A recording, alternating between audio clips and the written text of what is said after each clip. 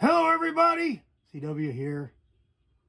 Let's talk a little about the 7x30 waters. This is a little bit of a special cartridge for me. It hasn't been around that long. It was designed by Ken Waters back in the mid to late 1970s in an effort to get a little more performance out of the 3030. 3030 been around for a long time, and it certainly does the job, but he was looking to increase the performance a little bit, step up the velocity and flatten the trajectory, and just improve on a given design, and do it all in a lever action gun. So he straightened out a 3030 case and necked it down to 7mm. What that does is it increases the powder capacity that's available. And the 3030 was designed back in the day when those long sloping shoulders were a desirable thing, and a long neck was a desirable thing for the support of the bullet. And it was just different technology. We were just learning metallic cartridges when the 3030 was invented. So, you know, there was a lot of conjecture and a lot of guessing involved with the design. And that doesn't mean it doesn't work. It just means that, you know, that was what was put forth. That was what was decided upon based on the knowledge that was available at the time. So this being nearly 100 years later, Ken was able to really get quite a bit of performance out of this caliber. He was able to push a 120 grain bullet at near or just above 2,700 feet per second, which is pretty substantial considering the 3030 was claimed to be 24, but we all know that it generally was closer to 22 or 23. And that was with a 150 grain bullet, so it was with a heavier bullet. This 120 grain bullet is about the same length as a 30 caliber 150. So sectional densities were pretty similar. Coefficients were pretty similar, but the bullet performance was a little better because of the velocity, a little better velocity. Now, I'm not really a velocity hound. I'm one that tends to more want bullet weight. I like a heavier bullet over velocity, but velocity does serve a purpose. Velocity will flatten trajectories, will make it easier to hit on target because the guessing of the yardages is not as critical. If you've got a cartridge, say like a 4570 light loaded for trapdoors, you've got a rainbow trajectory to get out there to 200 yards or 250, 300 yards. 3030 is just a little bit flatter, but not a whole lot. You step into this 730 waters and it's a whole lot flatter. So if you've got an animal at 260 yards, 275 yards, and you don't know the size of that animal, so let's say it's an overly large animal, so you say it's 275, but because it's so big, it's really 250 or 245. Or the other side of the coin, it's a small animal, and you guess it at 275, and it's really 290. With those slow-moving, heavy bullets, you could completely miss the animal, completely shoot over his back or under his belly because you misjudged that distance. When you pick up velocity, those differentials, those discrepancies in your shortcomings for judging distance are overcome because the bullet is traveling so flat. Instead of dropping, say, 12 inches, it's only dropping 6. So, you know, you can see how that would be still on the side of an animal, where a slower bullet might drop below it, or if you're, you know, too close, it could be above it. So that's the theory behind, you know, the improved cartridge. Thompson Center picked it up and ran with it, and arguably it's one of the best calibers in a contender. Certainly one of the widest used calibers in the contenders. You can make the brass from 3030. That's just like Ken did, you know, back in 1976 and 77. You can make it from 3855, and you can make it from modern 375 Winchester. One of the drawbacks and benefits of 375 is 375 brass is thicker and stronger, so you're getting a stronger, heavier case. Not really needed, because we're talking about 40,000 cup, or about 45,000 psi. So you're not talking about a high pressure cartridge. If you're shooting it in a contender, you got to limit it to 40 or so, otherwise you start getting frame stretch. And you can certainly push it up and, you know, get more velocities and be fine, but you're gonna start stretching the frame of that contender because of the design of the frame. The hinge pin is way up front, and your recoil stop, your breech face, is in the back, so you got a distance there of a couple inches. And what can happen is, as the high pressure goes, it stretches. You've got all that metal in between that stretches. If you consider a bolt action rifle, where you're talking about 60,000 psi or more, the recoil lugs are your bolt stop, or your breech face is right there next to the recoil lugs. So you're talking about a ½ an inch or less of material that can move and stretch. So much, much stronger. Switch over to a lever action. We limit those in pressures too for most of the lever actions of traditional design, for largely the same reason. You got your breech face way up front, and your recoil lug is a stop or a bolt or a bar or something along those lines way back at the back of the bolt. You look at a 94 Winchester and you can see them stick up at the back. You look at a 92 and you see two of them. 86 Winchester, you see two of them, one on each side of the bolt, stick in the back. A Marlin lever action has that big block that's inside that slides back and forth, again at the back of the bolt. So you're talking a good 2 inches of bolt compression that you can see from the breech face, you know, the back of the bolt, back of the head of the bolt where the primer is against the breech face, to where the lugs are. That all that can cushion and stretch, and all that means the gun is not as strong or as efficient as bolt actions or actions with lugs that are right near the bolt face. So you got to limit the pressures. So we're not talking about a high pressure cartridge here. So the benefits of that stronger brass are not really realized. And the downside of it is that the thicker brass means less powder capacity. And some of the powders, some of the loads that you're going to see here, if you start looking at the caliber, I mean, in the reloading manuals, are compressed loads, meaning their powder is a full case of powder.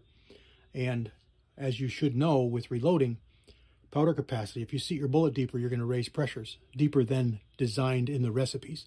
So if the recipe calls for a 2550 overall length, 2.550, and you seat that at 2.225, you know, 25 thousandths shorter, you're going to raise pressures. So if you're at a maximum load and you do that, you could be above safe operating pressures for the caliber. So if you load, let's say, 40 grains of powder in a proven load in the recipe for the 730 waters with a 120 grain bullet, and it's a maximum compressed load, they're assuming you're going to have 730 waters brass, which is Federal for the most part. Federal is one that picked it up and ran with it when they first come out. And if you're using a 375 Winchester piece of brass, number one, you may not get 40 grains into it. Number two, if you do, you're probably going to be over pressure. So basically that big long spiel there is just to say that you don't really need 375 Winchester brass for 730 waters. Now, see if I can get this to focus here and zoom in. You've got 375 Winchester brass here. This is some brass that I picked up used online from another forum member on a forum that I was on. And I set it aside because I knew that I would need it and want it down the road. But I'm going to have to work up loads specific for this brass because, as we just said, it's going to have different powder capacity. So what I want to show you today is, because I'm hoping to do a couple videos here, I've shown you a factory 730 waters cartridge. This is from this box here, which is going to date probably from the 90s. maybe a little earlier, but you see the cost on it here was $16.99, $17.70. Must have put it on sale. Here's a premium box, $18.99 Federal Premiums. And this is 730 Waters Premium. This is a boat tail bullet. And this was just a, oh, there's a boat tail too. 120 grain boat tail bullet. That's the bullet there. So you can make brass out of 730, out of 3030 and out of 3855. And here's what you get from a 3030 running it through a 730 Waters die. It sinks the neck down to 7mm and creates a false shoulder. I wouldn't even call it false. It's the start of a shoulder, a short shoulder. So you've got all that area there that needs to be blown out to this. This is a 3030 case that's been fired once. So it's been blown out. I don't know if that's going to focus. I'm sorry. I can't see behind the camera. So I'm hoping that I get the glass, they get the light right so that you can read that. And I hope it's in focus, because that's a 3030 case that's been fired in a 730 Waters. So you can shoot these normally. You're not going to get full performance out of it. You should get pretty good accuracy. You may not get full velocity because it's got to blow that shoulder out to create it. So that is one of the benefits of going with a 3855 or a 375. Now, 3855 case is long. When you make these out of 3030s, the brass is going to come up short. 2040, I believe, 2035, 2040 is the overall length of the case. Now, it's got a headspace on the case rim, of course. It's a rimmed case. So there's no worries about a slightly short case. Not a big deal. It will stretch a little bit because of the bottleneck and as you reload it. But its shortness from a 3030 case isn't going to be a big deal. 3855, on the other hand, is a longer case than 3030. So it may be longer and it may require trimming if you use a 3855. This is a 3855 case. And I just grabbed a couple of these that were given to me recently. And they happen to be nickel. And a lot of people will tell you that, you shouldn't be reforming nickel cases because they're a problem and they don't work right. They crack, yada, yada, yada. Well, I'm here to tell you I've been using nickel for a long time, and nickel is definitely harder than brass, and that's the reason that everybody complains about so-called cracking and such. But there's a little thing we call annealing, and it still softens up and it still makes the cases better, and it makes them easier to properly size with the reduced chance of cracking. Now, I normally wouldn't do this. What I'm doing here is lubing the cases. I grabbed way too much lube on my fingers. You only need a tiny little bit. I grabbed way too much lube, and instead of wasting it, I'm just going to rub it over a few cases here. Now, generally, you don't want to get lube on your shoulders because you'll get dimples and dents. But we're forming everything, so we're going to put it everywhere. Okay, so we've got a 730 Waters die in the press. We got a Lyman number 6 shell holder, which is correct for the 3030/730/3855/375 Winchester. And we've got it lubed up, you saw. Put a little bit on the inside of the case mount. It's not going to do a whole hell of a lot here. And as a matter of fact, a lot of times when you're case forming, it's good to take the stem right out of the inside, because it can create issues. So see, look how gooky that is. That needs to be cleaned badly. So we'll do that too while we've got it out. You just watched Jamie's video on case prep for the 308. You watched him clean reloading dies when he first started, brand new set of dies. It's also a good idea to take your dies apart every so often and clean them. And the big thing, one of the big things everybody forgets, is that bleed hole. Almost all bottlenecks will have a bleed hole somewhere. Usually it's up high. If you remember a previous video, we found a bleed hole way down low on a set of dies, and we thought it was a problem, or I thought it was a problem. Works out that it's not. It's okay, and it just was put there to alleviate problems. It just was an odd sized hole, shaped hole, position of the hole. All right, so we took our stem out. So now we've got a 3855 piece of brass. Let me step behind here and see if I can make sure you can read that. Okay, 3855 piece of brass. Happens to be nickel plated. We got it all lubed up. Just going to set it in the shell holder. Make sure we're in the right place. And run it up inside our die. Just like that. Push it up in. Pull it back out. Look at what we've got. We've got a very nicely formed 730 Waters case. Let's just wipe it off here. Just as nice as can be. No cracks, no problems, no issues. Here we go. Let's run these other ones through. Again, starting out with a 3855 case. Now I did anneal these. You can see the color. Annealing is important. And as I've said before, when I'm going down in size, in other words, taking a big case and making it smaller, I like to anneal first. When I'm taking a small case and making it bigger, I like to anneal after. The reason for that is I tend to get a lot of collapsed shoulders and collapsed case mouths and inefficient looking brass if I anneal first. When I'm making it bigger, I'm making it smaller, so I annealed first. Just as smooth as that. And it's really no harder than resizing a case. It really isn't. Maybe a tiny bit, a couple extra pounds, but that's it. It goes right down and it becomes a 730 Waters, just as quick and as easy as can be. Swipe it right off. There you go. Now we're going to trim these. We're going to check the length on them.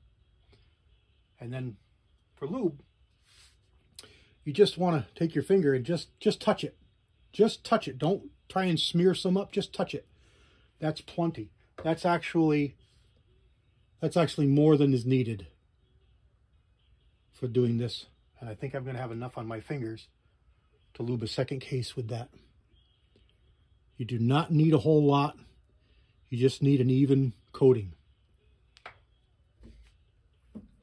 Okay, and that's it. So we've talked about how it came to be, how it was designed, why it was designed, who designed it, and some of the brass that can be used to make it. My particular gun is going to be a Contender carbine. As I said, it's a meaningful cartridge to me for a couple reasons. Personally, I don't remember the year that I got my first one. It was released, I believe 84. I believe it was 1984. It was released to the public, and Federal is the company that brought it out. It was certainly loaded by other companies through its years, through its time. Recently, as 2020, Hornady has picked up the gauntlet and is making an FTX bullet, 120 grain FTX bullet. I believe they're still making it, but they've had a lot of things change with COVID. I don't know if it was a good seller for them and if they continued it, but like I say, 2020 they come out with the FTX bullet. I believe the bullets are still available. They're usually available to hand loaders. I haven't looked for it. I probably will, depending on how things go. We're going to make another video here. I don't want to make this one terrible long, and we'll talk about different bullets that we can load and shoot in here, and we'll show you the firearm. I don't actually have the barrel yet. I just worked out a deal with another gentleman on a forum to get the barrel. I've been watching for one for a while. I sold mine back in 2000 when I sold off a lot of my Contenders. I had a whole bunch of Contender barrels, and I sold it off back then. What makes it important to me, and something that I enjoyed, is it's the first caliber that I killed a pig with. Way back, well, not so far way back, maybe 92, 91, I killed my first pig. And I did it with a 14-inch contender with a 120 grain X bullet. I don't believe I have any more X bullets, but I need to look and see. I do have that bullet somewhere. Maybe it was a 140, but I was pretty sure it was a 120. Now, I'm going on memory, so maybe they didn't have a 120 then and it was a 140. I'm not certain. I need to check. I don't have any pictures.